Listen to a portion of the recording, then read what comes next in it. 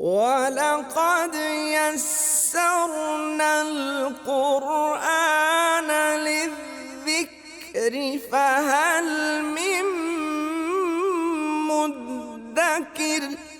الحمد للہ وکفا وسلام علی عبادہ الذین اصطفیٰ۔ اشہد ان لا الہ الا اللہ وحدہ لا شریک لہ واشہد ان محمدا عبدہ ورسولہ صلی اللہ علیہ وآلہ وسلم۔ اللہم صلی علی محمد وعلی آل محمد کما صلیت علی ابراہیم وعلی آل ابراہیم انک حمید مجید۔ اللہم بارک علی محمد وعلی آل محمد کما بارکت علی ابراہیم وعلی آل ابراہیم انک حمید مجید۔ اما بعد فاعوذ باللہ السمیع العلیم من الشیطان الرجیم من ہمزہ ونفخہ ونفثہ۔ بسم اللہ الرحمن الرحیم۔ وَاقْصِدْ فِي مَشْيِكَ وَاغْضُضْ مِنْ صَوْتِكَ إِنَّ أَنْكَرَ الْأَصْوَاتِ لَصَوْتُ الْحَمِيرِ۔ اپنی چال میں نرمی پیدا کیجئے، میانہ روی پیدا کیجئے۔ وَاغْضُضْ مِنْ صَوْتِكَ، اور اپنی آواز کو بھی پست کیجئے۔ ان انکر الاصوات لصوت الحمیر، بے شک سب سے زیادہ ناپسندیدہ آواز گدھے کی آواز ہے۔ سورہ لقمان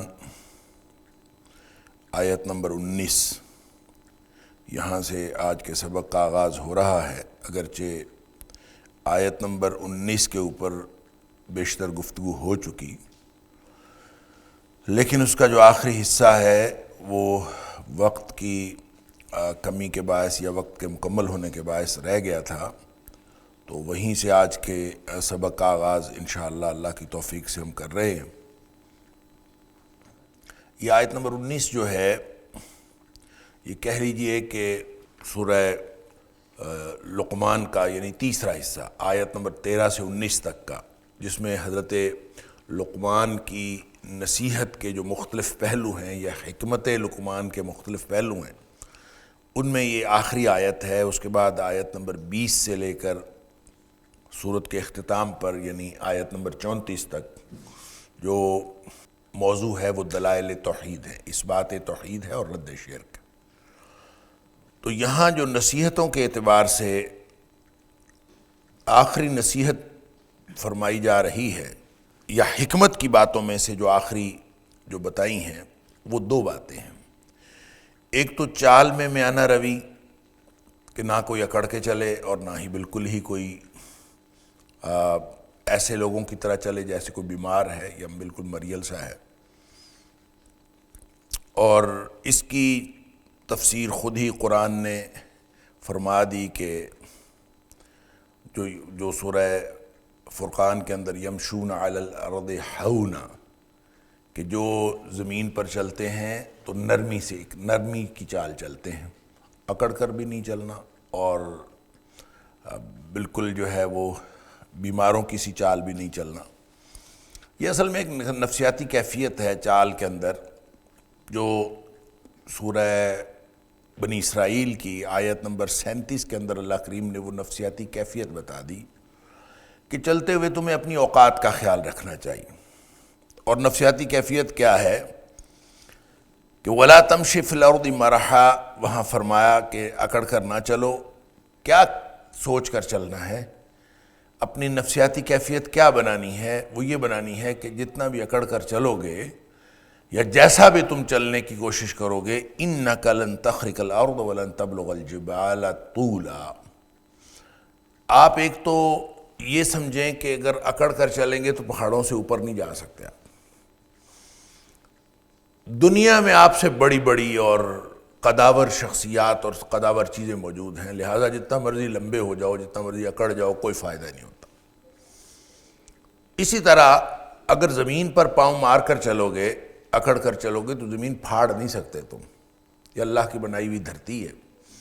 لہٰذا اپنے اندر یہ کیفیت بناؤ کہ تمہیں اللہ نے اپنی اوقات میں رکھا ہے، تو اپنی اوقات میں رہو، اور اگر اس اوقات کے مطابق اپنی چال چلو گے تو وہ درمیانی چال ہوگی کہ اپنی حیثیت کو سمجھ کے پھر یہ کہ چلنا کیسے ہے، اس کے لیے جو نبی پاک صلی اللہ علیہ وآلہ وسلم کی جو چال تھی، سبحان اللہ، کہ آپ قدم ٹکا کے چلتے تھے.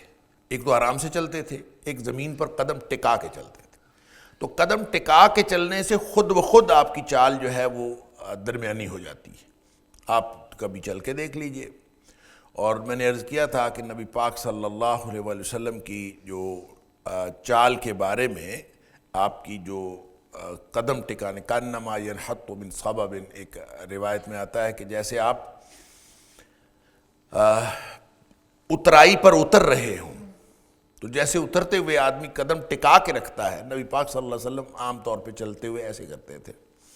یا پھر دوسری روایت ہے کانما یہوی من صبوب، اس کا معنی بھی یہی ہے کہ جیسے آپ بلندی سے نیچے اتر رہے ہوں تو بلندی سے نیچے اترتے ہوئے آدمی کیا کرتا ہے، قدم ٹکا کے رکھتا ہے، جیسے سنبھال کے قدم رکھنا.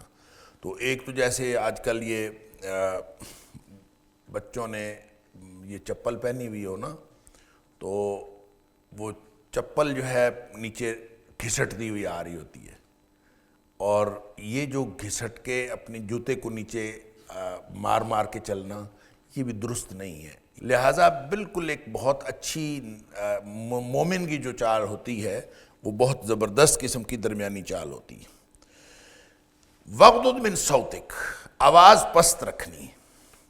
اب اس میں ایک بات ذہن میں رکھیں کہ وغضض من صوتک فرمایا، اپنی آواز کو کچھ پست رکھو. اب یہ جو کچھ جو ہے من، یہ تبعیض کے لیے ہوتا ہے. یہ کچھ اس اعتبار سے بھی ہے کہ ذرا کم رکھو، یہ اس اعتبار سے بھی ہے کہ بعض موقعوں پر کم رکھنی ہے، بعض موقعوں پر کم نہیں رکھنی. یعنی ایسے تو نہیں ہے کہ آپ کو بلند آواز سے بولنے کی ضرورت پڑے اور آپ کہیں کہ نہیں مجھے تو قرآن میں حکم ہے کہ وغضض من صوتک، کہ آواز جو ہے وہ کم رکھنی ہے. ایسا نہیں ہے، بلکہ جو آواز کی پستی ہے یہ کچھ ہے یا کچھ مواقع پر ہے.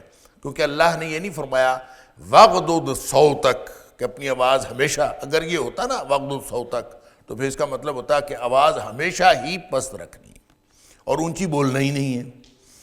جب یہ فرمایا وغضض من صوتک تو اس کا مطلب ہے کہ بعض موقع ہیں جہاں آواز پست رکھنی ہے اور بعض موقع ہیں جہاں آواز بلند کرنی پڑتی ہے، اور جہاں آواز بلند کرنی ہے وہاں ظاہر ہے آپ کو آواز بلند کرنی پڑے گی. جیسا کہ حدیث کے اندر آتا ہے صوت المؤذن کے بارے میں، جو مؤذن آواز دیتا ہے تو اس کے بارے میں نبی پاک صلی اللہ علیہ وسلم کا یہ حکم ہے فارفع صوتک بالنداء.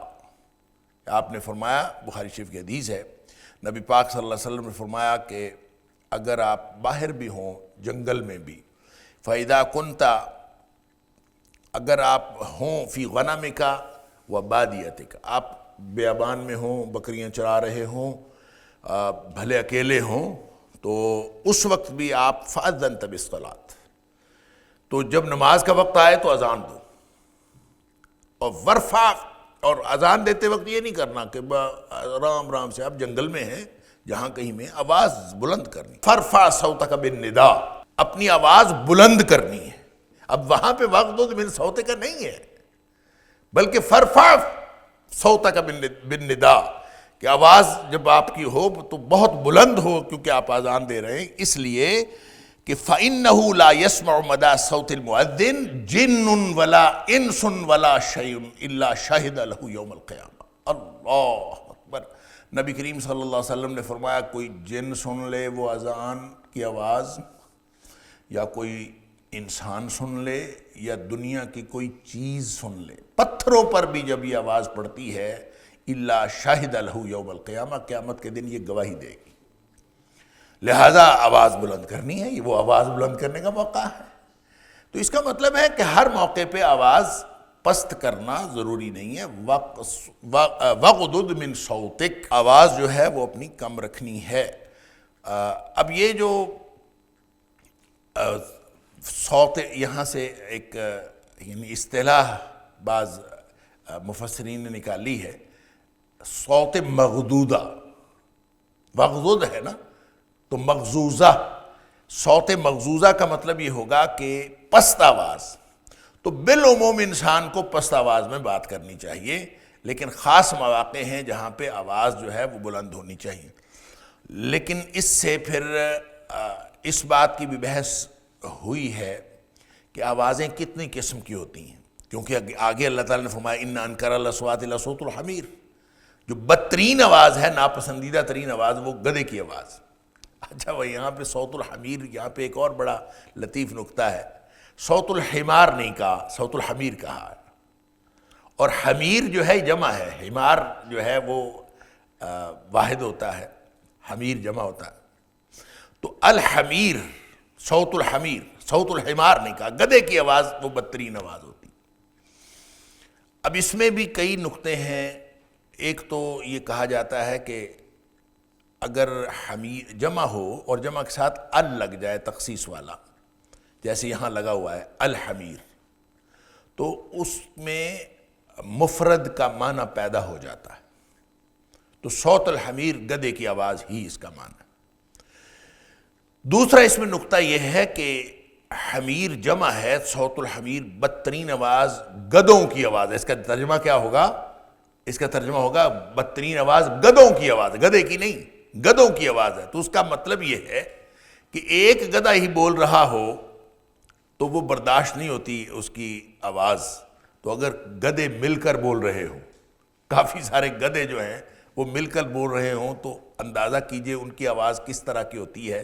تو صحیح بات یہ ہے کہ لگتا یوں ہے کہ صوت الحمیر، اللہ کریم نے یہ جو بات ارشاد فرمائی، حمار نہیں صوت الحمیر، تو اس کا مطلب ہے کہ ایک گدھے کی آواز بھی بدترین آواز ہے، اور اگر مختلف گدھے مل کر آواز نکالیں تو وہ اس سے زیادہ بدترین آواز کوئی دنیا کائنات میں ہو نہیں سکتی۔ اللہ اکبر۔ وَلَقَدْ يَسَّرْنَا الْقُرْآنَ لِلذِّكْرِ فَهَلْ مِن مُّدَّكِرٍ وَلَقَدْ يَسَّرْنَا الْقُرْآنَ لِلذِّكْرِ فَهَلْ مِن مُّدَّكِرٍ۔ اور ایک اور صوت الحمیر کے اندر جو حدیث کے اندر نکتہ آتا ہے، نبی پاک صلی اللہ علیہ وسلم نے فرمایا کہ شیطان اس کو نظر آتا ہے۔ گدھا جب بولتا ہے نا تو اس کو شیطان نظر آتا ہے۔ نبی پاک صلی اللہ علیہ وسلم نے فرمایا جب تم کبھی سنو، مرغے کی آواز سنو، تو فَاسْأَلُ اللَّهَ مِن فَضْلِهِ، تو اللہ تعالیٰ کا فضل مانگو، اللہ تعالیٰ سے فضل کی دعا کرو۔ کیوں؟ اس لیے کہ اس نے فرشتہ دیکھا، فرشتہ دیکھ کے مرغا بولتا ہے، تو جب آپ مرغے کی آواز سنو تو اس وقت آپ اللہ تعالیٰ سے اللہم انی اسألک من فضلک یہ پڑھا کرو، اللہ سے اللہ کا فضل مانگا کرو، کیونکہ اس نے فرشتے کو دیکھا۔ وَإِذَا سَمِعْتُمْ نَهِيكَ الْحِمَارِ، اور جب تم کبھی گدھے کا ہنگنا سنو تو پھر فوراً تم فَتَعَوَّذُوا مِنَ الشَّيْطَانِ، تو شیطان سے پناہ مانگو، اس لیے کہ گدھے نے شیطان دیکھا ہوتا ہے پھر بولتا ہے۔ اللہ اکبر۔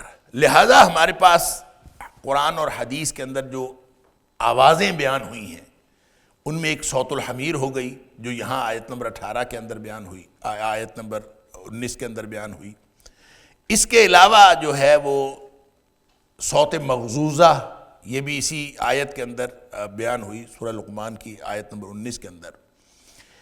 اسی طرح صوت الدیک، یعنی مرغے کی جو حدیث کے اندر بیان ہوئی، نبی کریم صلی اللہ علیہ وسلم نے فرمایا کہ مرغے کی آواز سنو تو پھر فوراً تم جو ہے وہ اللہ تعالیٰ سے اللہ کا فضل تلاش کرو۔ بلکہ ایک حدیث میں آتا ہے جب رات کو سوئے ہوئے ایک اچانک مرغا بولنا شروع کر دیتا ہے تو بعض لوگ برا بھلا کہتے ہیں مرغے کو کہ یہ ہماری نیند خراب کر رہا ہے، تو نبی پاک صلی اللہ علیہ وسلم لا تسبوا الدیک فإنہ یوقظ من الصلاۃ، کہ وہ تو نماز کی وجہ سے جگاتا ہے آپ کو، یوقظ للصلاۃ، وہ نماز کی وجہ سے جگاتا ہے، تو اس کو برا بھلا نہ کہو۔ اور دیکھیں اللہ صبح جو ہے وہ مرغے بولنا شروع کر دیتے ہیں اور نماز کے لیے جگاتے ہیں۔ تو ایک شیطان کی آواز ہے صوت الشیطان، صوت الدیک، صوت مغدودہ، یہ یعنی ہمارے پاس اتنی قسم کی آوازیں ہیں دنیا میں جس کو قرآن اور حدیث کے اندر خاص طور پر ان آوازوں کا ذکر کیا گیا۔ صوت الشیطان کا ذکر فرمایا، آیت نمبر 64 ہے سورہ بنی اسرائیل کی۔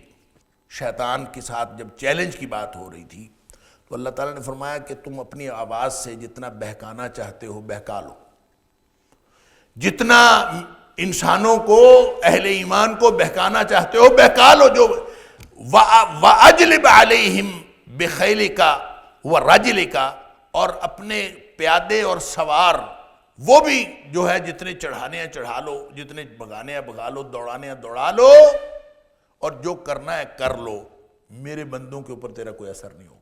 اپنی آواز سے جس کو بہکانا بہکا لو، اس کا مطلب ہے شیطان کی ایک آواز ہوتی ہے۔ کبھی سنی ہے شیطان کی آواز؟ قرآن کہتا ہے شیطان کی آواز ہوتی ہے، صوت الشیطان بھی ہوتی ہے، جیسے صوت الحمیر ہے اسی طرح صوت الشیطان ہے۔ تو صوت الحمیر تو ہم نے سنی ہے، صوت الشیطان کبھی نہیں سنی۔ اور اللہ تعالیٰ نے قرآن میں جب یہ فرما دیا کہ شیطان کو چیلنج کرتے ہوئے کہ تو اپنے پیادے بھی دوڑا لے اور اپنے سوار بھی دوڑا لے، اور تو اپنی آواز کے ذریعے سے بہکانا ہے تو بہکا لے، تو اس کی آواز کون سی ہے؟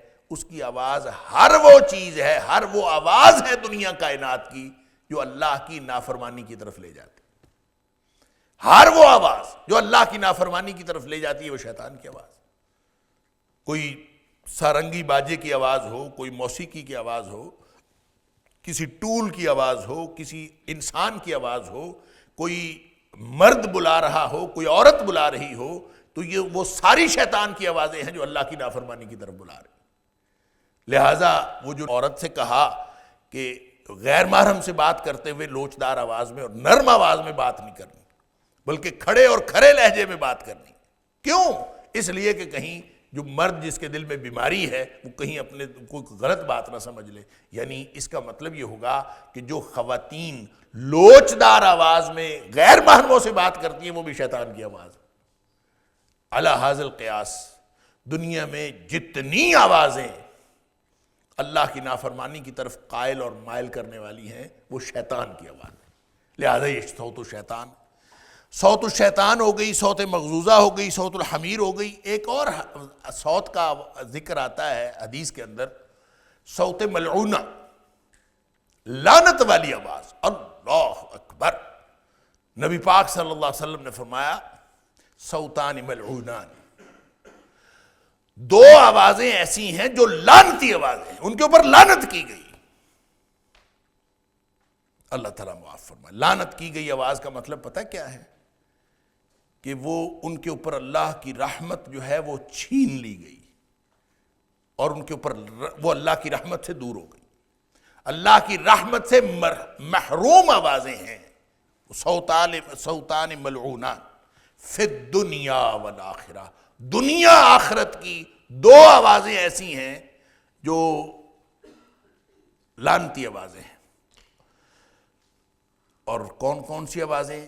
فرمایا صوت مزمار عند نعمت، جب کوئی نعمت ملے، خوشحالی ملے، اس میں سارنگی باجے کی آواز، آلات موسیقی کی آواز، خوشی کے وقت سارنگی باجے یا کسی بھی آلات موسیقی کی آواز، فرمایا یہ بھی ملعونہ آواز ہے۔ اور صوت رنت عند مصیبت، اور کسی مصیبت کے موقع پر جو آہ و بکا اور واویلے کی آواز ہوتی ہے وہ آواز صوت ملعونہ ہے۔ ان دو آوازوں کو نبی پاک صلی اللہ علیہ وسلم نے صوتان ملعونان فرمایا، یہ صوت ملعونہ ہے۔ اندازہ کیجئے حکم ہو رہا ہے صوت مغزوزہ کا کہ آپ نے آواز پست رکھنی ہے، اور صوت الحمیر کا ساتھ حوالہ دیا جا رہا ہے، تو اس کا مطلب ہے دنیا میں جتنی بھی آوازیں ہیں ان کا خیال رکھنا چاہیے۔ اور ان میں سے ابھی میں نے آپ کے سامنے حدیث عرض کی آواز بلند کرنے کے حوالے سے، وہ صوت المؤذن ہے، ایک صوت المؤذن بھی ہوگا۔ یعنی اتنی آوازیں ہیں، صوت المؤذن ہے، صوت الشیطان ہے، صوت مغزوزہ ہے، صوت ملعونہ ہے، اور پھر صوت الحمیر ہے، اور ایک صوت الدیک ہے، مرغے کی آواز، اور ایک اور صوت ہے سبحان اللہ، جس کا ذکر قرآن میں آتا ہے لا ترفعوا اصواتکم فوق صوت النبی، ایک نبی اکرم صلی اللہ علیہ وسلم کی آواز، صوت النبی، دنیا کائنات کی آوازوں میں سے سب سے اچھی آواز صوت النبی، اور جب صوت النبی ہو اس کے سامنے اپنی آواز بلند نہ کرو۔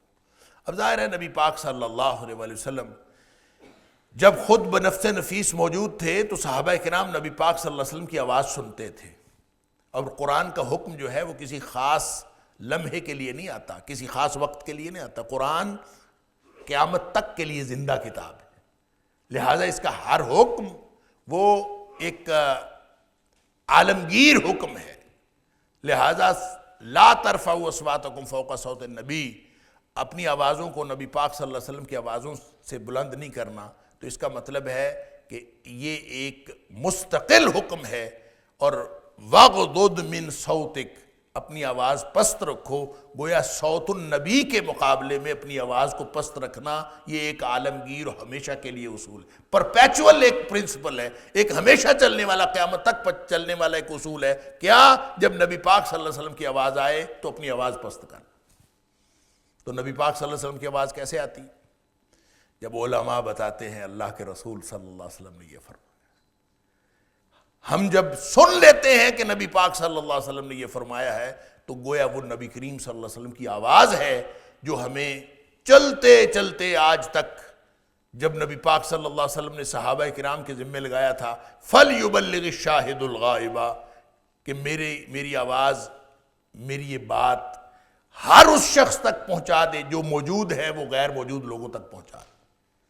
لہٰذا جب کوئی کہتا ہے نا قال رسول اللہ صلی اللہ علیہ وسلم، یہ اللہ کے رسول صلی اللہ علیہ وسلم نے فرمایا، تو وہ پھر گویا نبی کریم صلی اللہ علیہ وآلہ وسلم کی بات آپ کی آواز ہے، اور اس کے سامنے اپنی آواز کو پست کرنا، فوراً خاموش ہو جائے، عملی طور پر، اور اپنی زبان کو بھی بند رکھیں اور عملی طور پر بھی خاموش ہو جائیں، اپنا عمل فوراً تبدیل کر لیں۔ یہ مومن سے جو تقاضا ہے وہ یہی ہے۔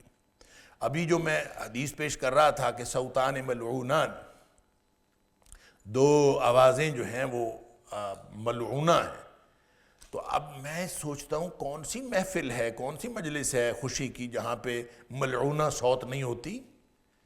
ذرا گھما کے دیکھیں تو صحیح۔ آج کل تو جہاں پہ کوئی روکتا ہے اس کو کہتے ہیں کہ تو بڑا دقیانوسی آدمی ہے، پتہ نہیں کہاں سے آ گیا اٹھ کے، اور کیا نیک لوگوں کی محفلیں، اور کیا مولویوں کی محفلیں، اور مذہبی لوگوں کی محفلیں، اور کیا غیر مذہبی لوگوں کی محفلیں، سب ایک جیسی ہیں۔ کیوں؟ کہ مجلس کا تقاضا سمجھا جاتا ہے کہ اس کے اندر ہلکی پھلکی موسیقی تو ہونی چاہیے، ذرا ذرا ڈھم ڈھم تو ہوتی رہنی چاہیے، وہ لگی ہوتی ہے، جو جتنی اچھی اور جتنی سوفسٹیکیٹڈ، جتنی ماڈرن اور جتنی زیادہ اہتمام والی محفل ہوگی اتنی زیادہ اچھی موسیقی وہاں لگی ہوگی۔ یہ صوت ملعونہ ہے، گویا اس پوری مجلس کے اوپر اللہ کی لعنت برس رہی، اور ہم بڑے خوش ہیں اس کے اوپر، اور اگر کوئی اعتراض کر دے تو کہتا نہیں، نبی پاک صلی اللہ علیہ وسلم کی باتیں کہاں گئیں؟ ہم نے اپنی آواز کو پست نہیں کیا، شیطان کی اور لعنتی آواز کو ہم نے اپنے اوپر مسلط کیا۔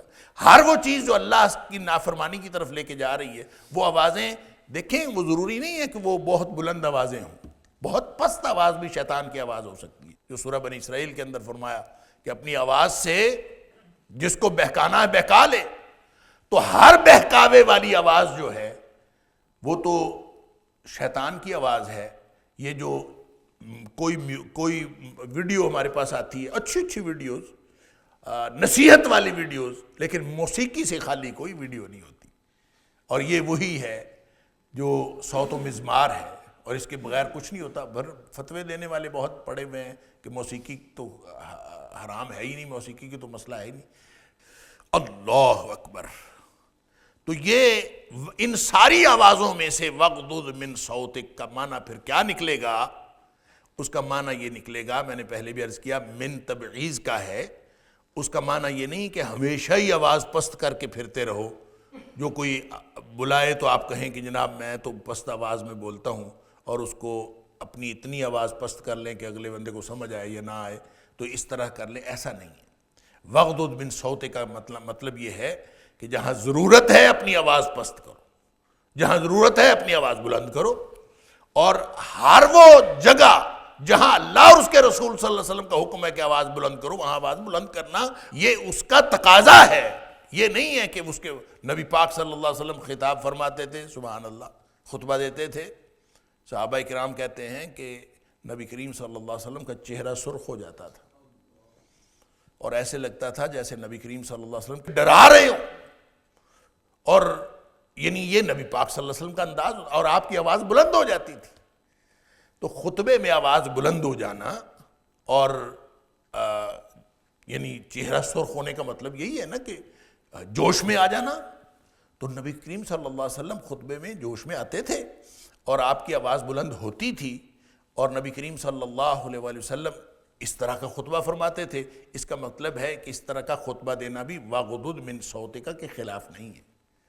لہٰذا جا بجا پوری زندگی میں جہاں آواز کو پست کرنا ضروری ہے وہاں آواز کو پست کیا جائے، اور جہاں آواز کو بلند کرنا ضروری ہے وہاں اس کو بلند کیا جائے۔ وَغْضُضْ مِنْ صَوْتِكَ یہ کا یہی معنی۔ اگر یہ وَغْضُضْ صَوْتَكَ ہوتا نا تو پھر ہمیں ہر جگہ ہی آواز پست کرنی پڑتی، لیکن اوورآل جو ہے اس کو آواز نرمی سے اور انتہائی یعنی احترام سے ہر کسی کے ساتھ بولنا، یہ وَغْضُضْ مِنْ صَوْتِكَ۔ وَلَقَدْ يَسَّرْنَا الْقُرْآنَ لِلذِّكْرِ فَهَلْ مِن مُّدَّكِرٍ وَلَقَدْ يَسَّرْنَا الْقُرْآنَ لِلذِّكْرِ فَهَلْ مِن مُّدَّكِرٍ۔ تو میں نے آپ کو 7 قسم کی آوازیں اس کا ذکر کیا جو قرآن اور حدیث کے اندر آتی ہیں، اور ان ساری آوازوں کا تذکرہ یہ بتاتا ہے کہ وَغْضُضْ مِنْ صَوْتِكَ، اس کا مفہوم متعین کرنے میں ہماری رہنمائی ہوتی ہے کہ اذان میں آواز بہت بلند کرنی ہے، صوت المؤذن جو ہے وہ بلند ہوتی ہے، اور جب وہ بلند کرتا ہے، اسی طرح یہ جو صوت المؤذن میں یہ جو اقامت ہے نا، اقامت یہ بھی اذان کا حصہ ہے، یا کہہ لیجیے اذان کے مشابہ ہے۔ فرق صرف اتنا ہے کہ جتنی اذان کو جتنا کھینچ کر اور جتنا بلند کہا جاتا ہے، اس کو اس سے کم کھینچا جاتا ہے اور کم بلند کیا جاتا ہے، لیکن آواز اس کی بھی بلند ہونی چاہیے۔ بعض اوقات جو ہے وہ اقامت کہنے والا وہ اتنے آرام سے اور اتنی پست آواز میں اقامت کہہ رہا ہوتا ہے کہ ادھر ادھر 2 بندوں کو سمجھ آ رہی ہوتی ہے کہ اقامت ہو رہی ہے، باقی کسی کو مسجد میں پتہ نہیں ہوتا کہ اقامت ہو رہی ہے۔ یہ بھی درست طریقہ نہیں ہے۔ تو اقامت اصل میں لوگوں کو بتانے کے لیے ہے کہ نماز کھڑی ہو گئی ہے، لہذا اتنی بلند آواز سے ہونی چاہیے کہ مسجد میں سارے لوگ سن لیں، اور اس میں بلند آہنگ ہونا چاہیے، اور کسی ایسے بندے کو بات کرنی، ایسے بندے کو اقامت کہنی چاہیے جس کی آواز بلند ہو جائے۔ اگر کسی کی آواز نیچرلی پست ہے تو اس کو اقامت نہیں کہنی چاہیے، یا اگر کہے تو وہ پوری زور لگا کے کہے کہ ساری مسجد میں تو کم از کم سنائی دے۔ تو یہ تقاضے ہیں، اور وَغْضُضْ مِنْ صَوْتِكَ کہ اپنی آواز پست رکھیں، اس میں یہ ساری چیزوں کو سامنے رکھیں گے تو مفہوم متعین ہوگا۔ اس لیے کہ اللہ کریم نے یہاں وَغْضُضْ مِنْ صَوْتِكَ کا فرمایا ہے کہ کچھ اپنی آواز پست رکھا کرو، یعنی کچھ مقامات پر پست رکھا کرو، اور ہر جگہ پہ بلند نہیں ہونی چاہیے اور ہر جگہ پہ پست بھی نہیں ہونی چاہیے۔ إِنَّ أَنْكَرَ الْأَصْوَاتِ لَصَوْتُ الْحَمِيرِ، اللہ اکبر۔ اور گدھے کی آواز جو ہے وہ سب سے زیادہ بدترین آواز ہے، اس لیے کہ بلا وجہ نہیں ہونی چاہیے، بلا وجہ گلا پھاڑنا، بلا وجہ بات کرنا، اور پھر خاص طور پہ یہ جو جہنم کی آوازوں میں شہیق اور زفیر، یہ 2 شہیق اور زفیر، یہ 2 آوازوں کا ذکر ہے، اور وہ بھی اصل میں کہتے ہیں گدھے کی آواز کا حصہ ہے۔ جہنم کی آوازوں کو بھی گدھے کی آوازوں کی طرح، یعنی اس کی آواز بھی جہنم کی آواز جو ہوگی وہ بھی گدھے کی آواز کی طرح۔ شہیق کہتے ہیں سانس پیچھے کھینچتے وقت آواز نکالنا، اور زفیر کہتے ہیں سانس باہر نکالتے وقت آواز نکالنا۔ اور یوں وہ جو گدھا کرتا ہے وہ ایسے ہی کرتا ہے، گدھے کا ہنگنا ایسا ہی ہے، وہ شروع میں آواز یوں کھینچتا ہے اندر کو، اور پھر ہوا باہر نکالتا ہے اور پھر اس وقت بھی وہ اسی طرح سے. تو یہ اس طرح کی جتنی آوازیں ہیں ان کو مکروہ اور ناپسندیدہ آوازیں قرار دیا گیا ہے. اللہ تعالی ہم سب کو اپنی آوازوں کو اس طرح سے پست کرنے کی توفیق عطا فرمائے جس طرح کا حکم نبی کریم صلی اللہ علیہ وسلم دیا یا جس طرح اللہ نے قرآن میں حکم دیا.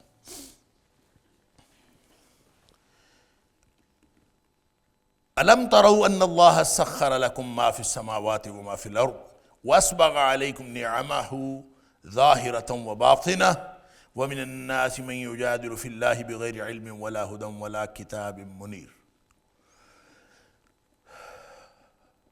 اور کیا تم دیکھتے نہیں بے شک اللہ تعالیٰ نے تمہارے لیے مسخر کیا ہے، قابو میں کیا ہے ہر اس چیز کو جو آسمانوں میں ہے اور جو زمین میں ہے. وَأَسْبَغَ عَلَيْكُمْ اور پوری کی ہیں تمہارے اوپر نعمہ اپنی نعمتیں ظاہرۃ وباطنہ جو ظاہری نعمتیں بھی اور چھپی ہوئی نعمتیں بھی سب اللہ نے تمہارے اوپر پوری کی ہیں. وَمِنَ النَّاسِ اور لوگوں میں سے ایسے بھی لوگ ہیں مَن یُجَادِلُ فِی اللہ جو اللہ کے بارے میں جھگڑا کرتا ہے بغیر علم، بغیر علم کے، ولا ہدن اور بغیر ہدایت کے، ولا کتاب منیر اور بغیر کسی روشن کتاب کے وہ جھگڑا کرتا ہے. یہاں سے میں نے عرض کیا کہ اس بات توحید اور رد شرک کے دلائل شروع ہوتے ہیں اور یہ آیت نمبر 34 جو سورت کا اختتام تک یہ چلتے ہیں. تو یہاں اللہ کریم نے ڈائریکٹ خطاب فرمایا ہے کہ الم ترو کیا تم دیکھتے نہیں کیا ان اللہ سخر لکم ما فی السماوات وما فی الارض جو کچھ آسمانوں میں ہے جو کچھ زمین میں ہے سب اللہ نے تمہارے لیے مسخر کر دیا. اب جو اللہ تعالیٰ نے زمین و آسمان ہمارے لیے زمین و آسمان کی ہر چیز مسخر کر دی ہے تو اس کے بارے میں بعض لوگوں کو یہ اعتراض پیدا ہوتا ہے کہ ہر چیز تو ہمارے لیے مسخر نہیں ہے. یعنی پانی کے اوپر ہمارا کنٹرول آ جاتا ہے، ہم پانی پی لیتے ہیں. ہاں کچھ زمین ہے اس کے اوپر ہمارا کنٹرول آ جاتا ہے، کچھ چیزیں ایسی ان کے اوپر ہمارا کنٹرول آ جاتا ہے، کچھ جانور ایسے ہیں جن کو ہم سدھا لیتے ہیں ان کے اوپر ہمارا کنٹرول آ جاتا ہے.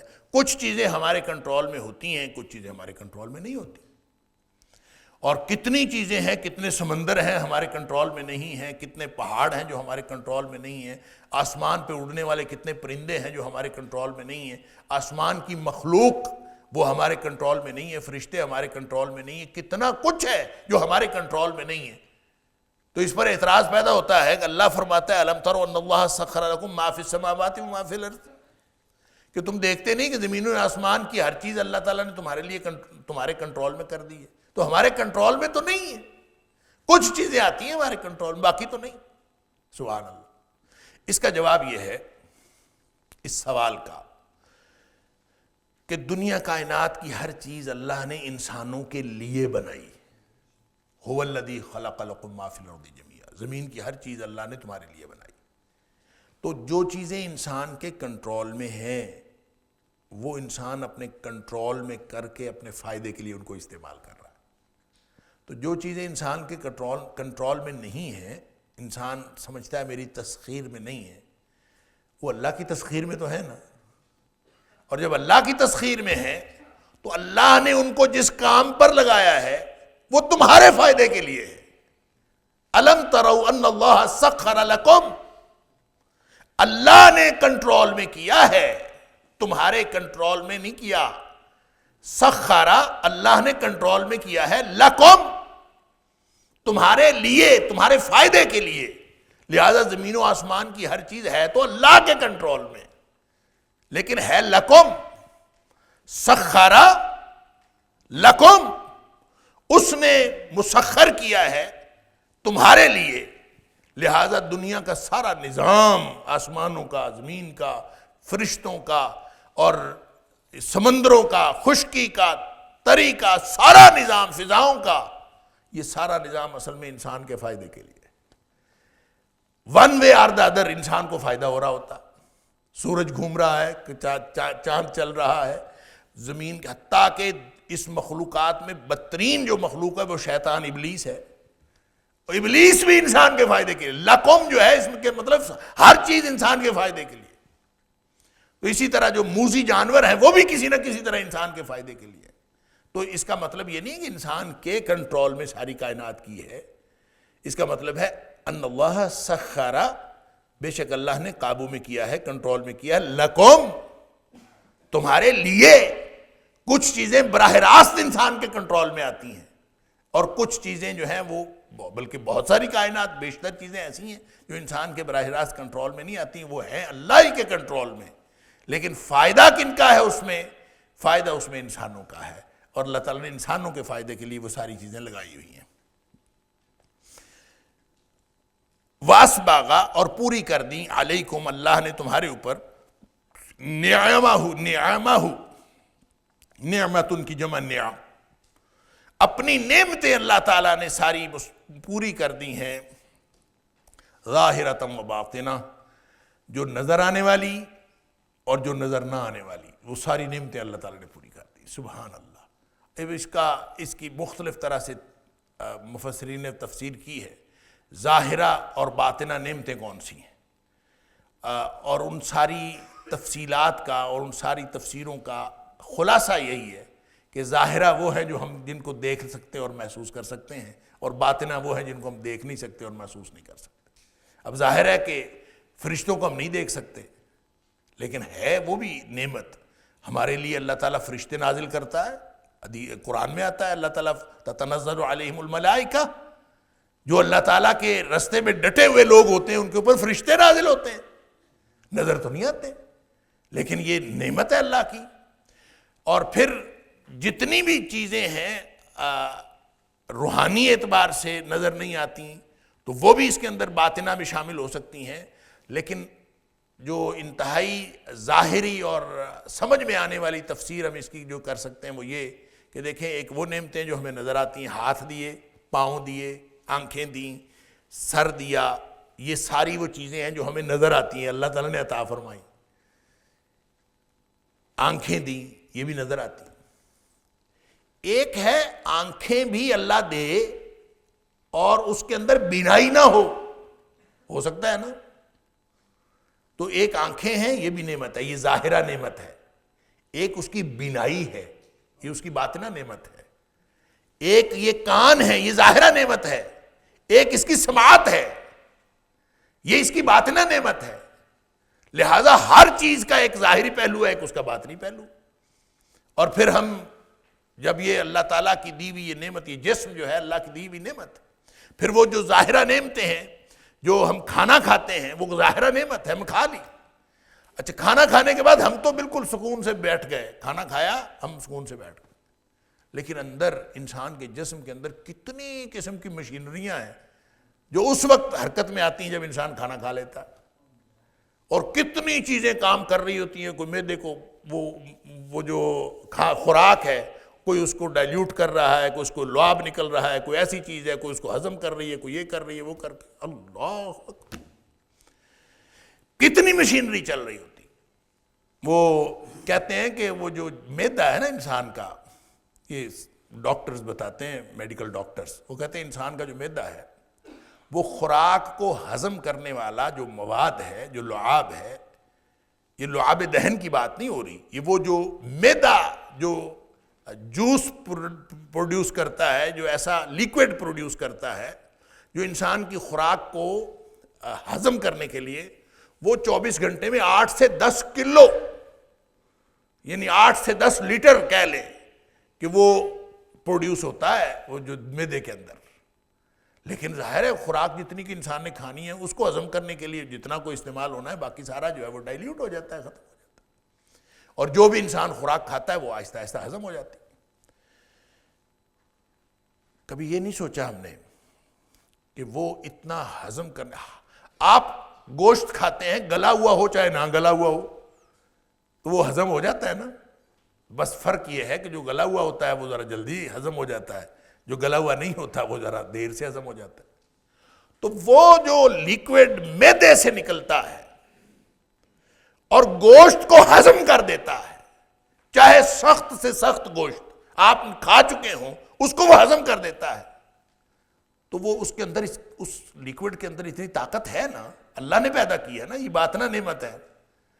لیکن اس کا کبھی یہ پہلو ہم نے نہیں غور کیا کہ وہ جو لیکوڈ ہے جو گوشت کو اندر جانے والے گوشت کو ہضم کر دیتا ہے وہ معدے کو کیوں نہیں ہضم کرتا؟ وہ معدے کو کیوں نہیں ڈیلیوٹ کرتا؟ یہ میں نے ایک ڈاکٹر سے پوچھا، وہ کہتا جی ہمیں بھی نہیں پتا کیوں نہیں کرتا۔ یہ اللہ کی ظاہرتم وَأَسْبَغَ عَلَيْكُمْ نِعَمَهُ ظاہرتم وباطنہ، بہت ساری نعمتیں ایسی ہیں جو ظاہر ہیں، تم جن کو دیکھ سکتے ہو، محسوس کر سکتے ہو، اور بہت ساری نعمتیں ایسی ہیں جو چھپی ہوئی ہیں، اللہ نے ساری پوری کر دی تمہارے اوپر۔ سبحان اللہ۔ ظاہر نظام ایک ہاتھ کا نظام ہے جو ہم سامنے دیکھتے ہیں، ایک ہاتھ کا اندر ہڈیوں کا نظام ہے، ان کی وینز کا نظام ہے، اس کے سارا جو اس کی سسٹم ہے پورا، وہ ہمیں نظر نہیں آتا، اندر وہ کام کر رہا ہوتا۔ پورے جسم کے اندر کتنی مشینریاں اللہ نے لگائی ہوئی ہیں وہ ساری اللہ تعالیٰ جانتا ہے۔ لہٰذا وَأَسْبَغَ عَلَيْكُمْ، اس نے پوری کر دی ہیں، علیکم تمہارے اوپر، نعمہ ظاہرۃ و باطنہ، ظاہری اور باطنی نعمتیں۔ إن هذا القرآن يهدي للتي هي أقوم ويبشر المؤمنين الذين يعملون الصالحات أن لهم أجرا كبيرا